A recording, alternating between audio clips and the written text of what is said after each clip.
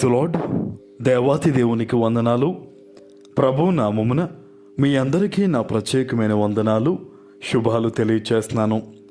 మరి దేవుని వాగ్దానం అందిస్తున్న ఈ యూట్యూబ్ ఛానల్ని తప్పకుండా మీరు సబ్స్క్రైబ్ చేసుకోండి. అనేక మందికి వాగ్దానాన్ని పంపించి ఈ సేవలో మీరు కూడా పాలుభాగస్తులు అవ్వండి. ఈ దినము కొరకు ఏర్పాటు చేయబడిన దేవుని వాగ్దానము యెషయా గ్రంథము 60వ అధ్యాయము 5వ వచనము. నీవు చూచి ప్రకాశింతువు, నీ గుండె కొట్టుకొనుచు ఉప్పొంగును, సముద్ర వ్యాపారము నీ వైపు త్రిప్పబడును, జనముల ఐశ్వర్యము నీ యొద్దకు వచ్చును. దేవుని నామానికి మహిమ కలుగునుగాక. ఈ ఉదయకాల సమయంలో చాలా గొప్ప వాగ్దానాన్ని నీ తండ్రి నీకు ఇస్తూ ఉన్నారు. బహుశా ఈరోజు నీ గుండెంతా కూడా వేదనతో నిండి ఉండొచ్చు. అప్పు బాధల గురించనో, బిడ్డల భవిష్యత్తు గురించనో, నీ మీద పడిన నిందల గురించో, దేని గురించి అయితే నీవు బాధపడుతూ ఉన్నావో దేవుడు చెప్తూ ఉన్నారు నీతో, నీవు చూచి ప్రకాశింతువు.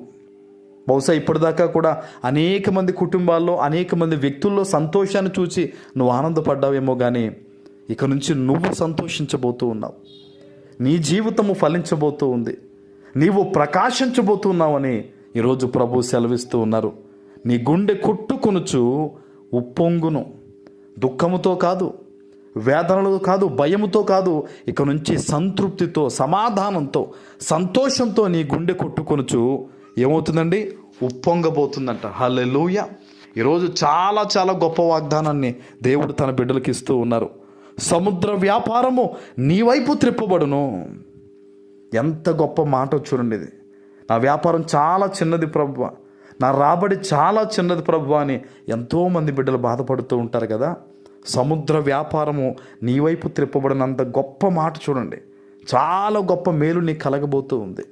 నువ్వు చేయబోతున్న ప్రతిదీ కూడా ఫలించబోతూ ఉంది. గొప్ప దీవెన ఈ దినము దేవుడు నీకు ఇవ్వబోతూ ఉన్నారు. నువ్వు భయపడొద్దు. నువ్వు చాలా ఉన్నతమైన స్థానానికి వెళతావు. గొప్ప సంపాదన నువ్వు సంపాదిస్తావు.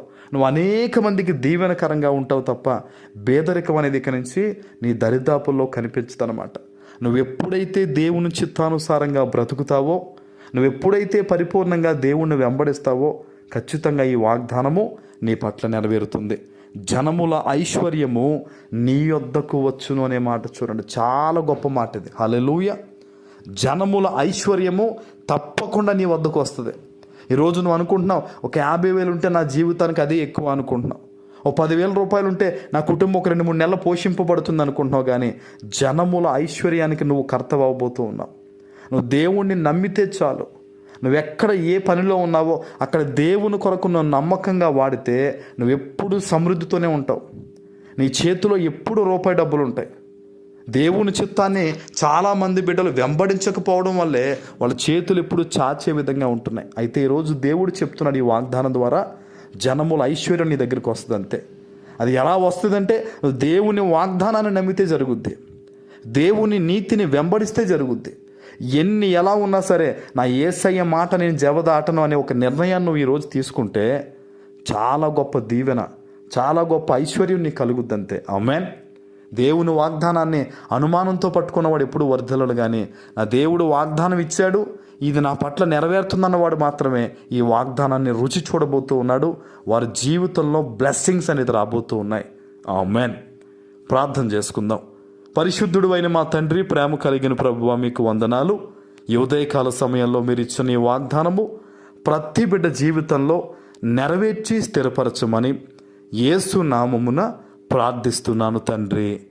ఆమేన్.